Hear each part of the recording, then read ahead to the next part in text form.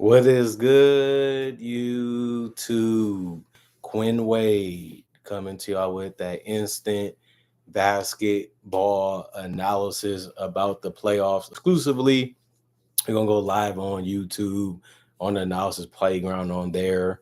Let's talk about how the Detroit Pistons did what most of us thought that they can do. We thought that the series would be close. We thought it'd be competitive. We thought that these two teams, could compete against each other and make it great entertainment for the fans of both teams and for the fans of the NBA. And that's what we got. A series that's tied 1-1.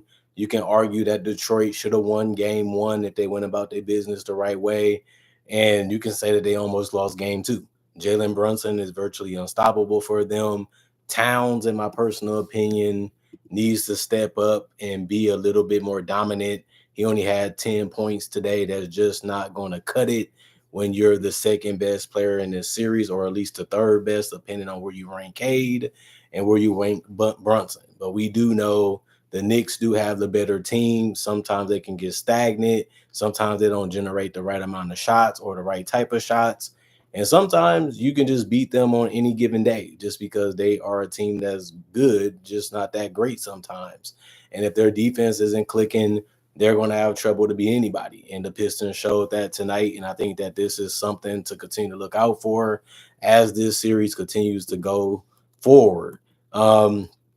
Detroit won that first quarter 25-18, but they lost the second quarter 31-30. They won the third quarter 20-18, but they lost the fourth quarter 25-27, and they won the game 100-94. They was up by double figures in the fourth quarter, but New York couldn't get the lead, and Detroit was able to hang on to it, and they only won by 6, but the goal is to win 4 games, and they won one of them. The Knicks won one of them. Now we're going to see if Detroit can take care of home court, or will they split, or end up being down in the series going back to New York. Tobias Harris had another decent game. He played 43 minutes, which was the most on the team tonight. He was 6 of 11 from the field, 1 of 4 from 3, 2 of 2 from the free throw line. Did get a double-double with 15 points and 13 rebounds, 3 of them being offensive with assists and a steal. He also had 1 turnover and 2 personal fouls. He finished as a +8 and +. He's a guy that can really score and really do a lot of things out there. I liked his defense. I liked the fact that he wasn't let them bump him around and knock him around that much. He was holding his ground and trying to play as much the disciplined defense as he could. And that's something you don't really see him do that much, especially the last couple years in Philly. But he's doing that for this Piston teams, and that's a good thing. Asor Thompson played 21 minutes. He was 2 of 7 from the field. Just too touchy, too bumpy tonight. And he ended up getting 6 personal fouls and fouled out. He's going to have to correct that in the next game because he's a big part of what they do on both ends of the court. 1 of 4 from the free throw line. He also had 5 rebounds, 3 of them being offensive. He had his 2 steals, but he also had 2 turnovers. He finished with a +3 and ± and 5 points. Tim Hardaway Jr. was just chucking threes. If he got open or a shot that he liked, he was just letting it fly. He always does that. That's part of what he does. He likes to keep the defense honest. If I'm open, you got to guard me or rotate towards me. If not, I'm letting it go. 21 minutes for him also. 0 of 8 from the field, 0 of 6 from 3. 1 rebound, 1 assist, 1 turnover, 2 personal fouls, a -2 and ±. He finished with 0 points, unfortunately. Didn't really do much to help the team out.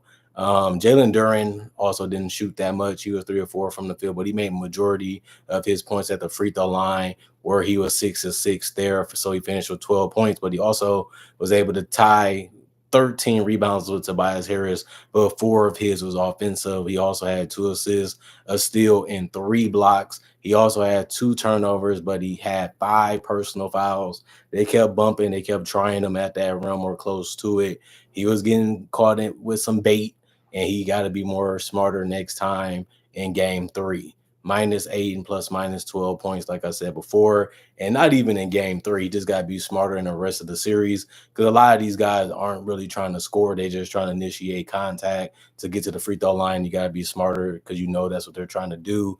You got to read it the right way and be in the right spots and go about it the right way in general so you don't get caught up in it and give them advantages that they shouldn't have. It's just part of the scouting report and part of what you should be prepared for each and every game to give yourselves the best chance of winning. Cade Cunningham, obviously took the most shots on the team. He was 11 to 21 from the field, 1 to 4 from three, 10 to 12 from the free throw line. He finished with 33 points, and that's a huge amount of points for him. But he's just been so good this year. 12 rebounds, so a double double for him.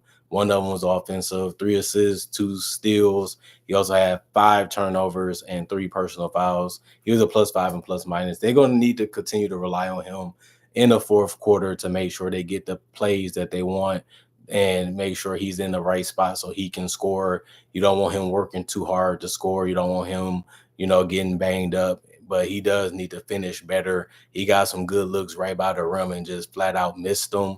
I think if he turned those into makes, this team can have even more confidence going into their home court in the next games. Paul Reed, 11 minutes, 3 or 4 from the field, 1 rebound. It was offensive, 1 steal, 1 block, 2 turnovers, 1 personal foul, a +13 and plus minus 6 points. Ronald Holland, 5 minutes, 1 personal foul, +2 and plus minus for him, and that was it for his day. And then Dennis Schroeder hit a huge three, and he was just good all night for them. They needed somebody to step up off the bench, and tonight wasn't Malik Beasley night. It was actually just Dennis Schroeder's. 6 of 10 from the field, 3 of 5 from three, 2 rebounds, 3 assists, 2 turnovers, 2 personal fouls, a +2 and plus minus. He finished with 20, which was crazy because I think he can do that again because Dennis Schroeder knows what he can and can't do, and he doesn't stray away from that. He owns it. And this is the type of team that can give him those type of advantages where he can score.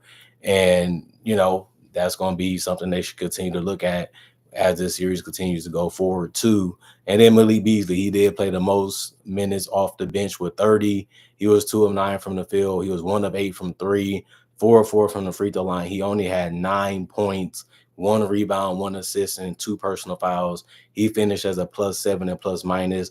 He probably not going to do that again, which shows you how good this Detroit Pistons team can really be when they're knocking down their shots and everybody doing what they normally do. Not going to happen every game, but, you expect him to be better. And you expect guys like Isaiah Stewart and them to get minutes, and we'll see what happens in the future. 33 of 74, 44% from the field, 6 of 27, 22% from three. They shot terrible from three and still won this game. 28 of 34, 82% from the free throw line. That was a big reason why they stayed in the game because they was getting to the free throw line, but also 12 offensive rebounds. They also had 48 total that out rebounded them by 12. They also had 11 assists, 7 steals, 4 blocks, 15 turnovers, and 24 personal fouls. And then the Knicks, Mikal Bridges really came through, but he missed a big three that would have put them where they needed to be, and it didn't go down. 8 of 18 from the field and 3 of 11 from three. Got to make more of those if you're going to take that many. 5 rebounds, 1 of those offensive, 3 steals, 1 turnover, 2 personal fouls. He's a +1 and plus minus. He finished with 19 points. OG Anunoby had his time not to score that much. In this one, he played 42 minutes, 4 of 10 from the field, 0 of 4 from three, 2 of 2 from the free throw line, 5 rebounds, 2 assists, 2 steals, 2 turnovers, 3 personal fouls. He's a -5 and plus minus. He did get in double figures with 10. He played some solid defense, could have played a little bit better, could have knocked down a couple threes. That would help too, but it didn't happen tonight, maybe the next game. And Karl-Anthony Towns, 5 of 11 from the field, 0 of 2 from three, no free throw attempts at all. That's a bit of a disappointment. He also didn't even get a double-double because he only finished with 6 rebounds in this game. He also only had 1 block. He did also get 4 personal fouls, and he finished as a -10 with 10 points. That's a big disappointment. That has been one of the red flags about Towns, is that he does great in the regular season, but doesn't do as great in the postseason. And this was a game that they had a chance to win. He just never stepped up the way that they needed him to be able to give Jalen Brunson a running partner besides Mikal Bridges, because as we're going to look at, their bench didn't really give them that much offense either.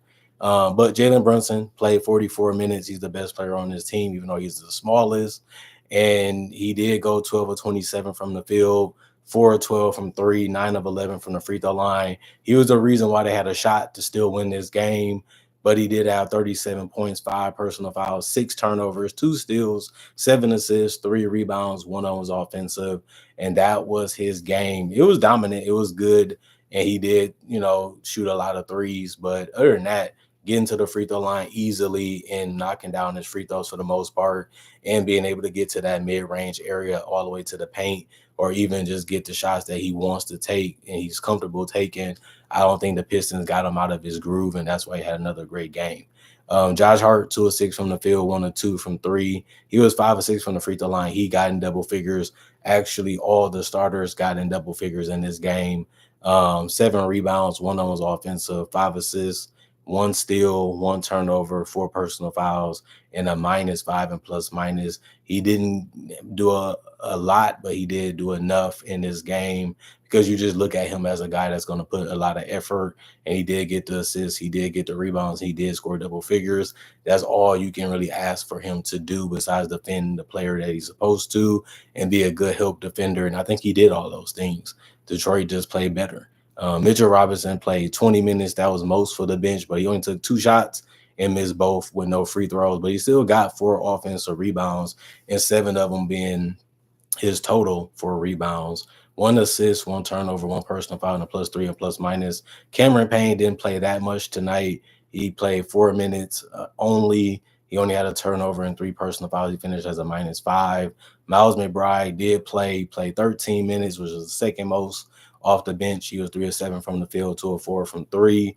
1 rebound, 1 turnover, a -5 and plus minus. He scored 8 points. The rest of the bench didn't score anything. Landry Shamet did play 5 minutes. Also, all he contributed was a turnover, which didn't help. And he was a -2 and plus minus. The rest of the guys did not play coach's decision.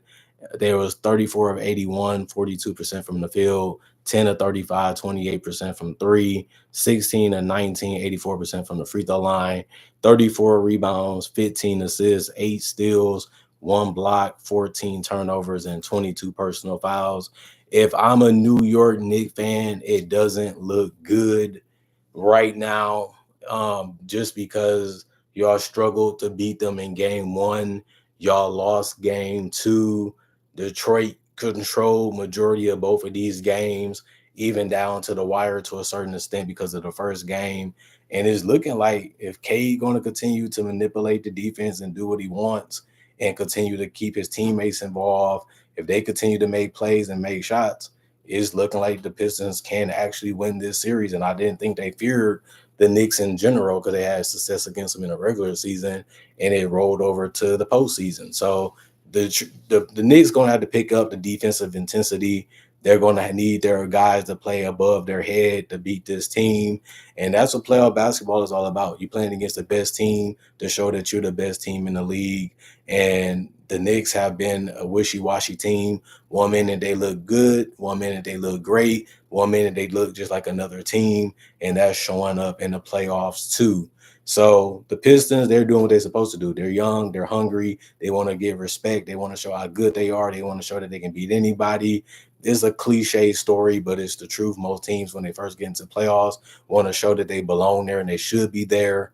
And the Pistons did that tonight. And now they got to back it up at home. They're usually decent at home, so we'll see if they're able to beat the Knicks there. And if they can actually go up 3-1, the Knicks are going to be in trouble going back home because the Pistons going to look at it like, we beat y'all there before, we can beat y'all there again. And then they just got to take care of home. And that's something that we got to see if they can do. But the Knicks, they don't count them out. They still made it close. They still made it interesting.